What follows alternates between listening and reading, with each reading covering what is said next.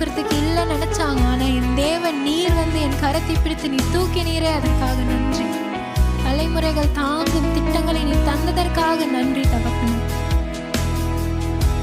என் திட்டம்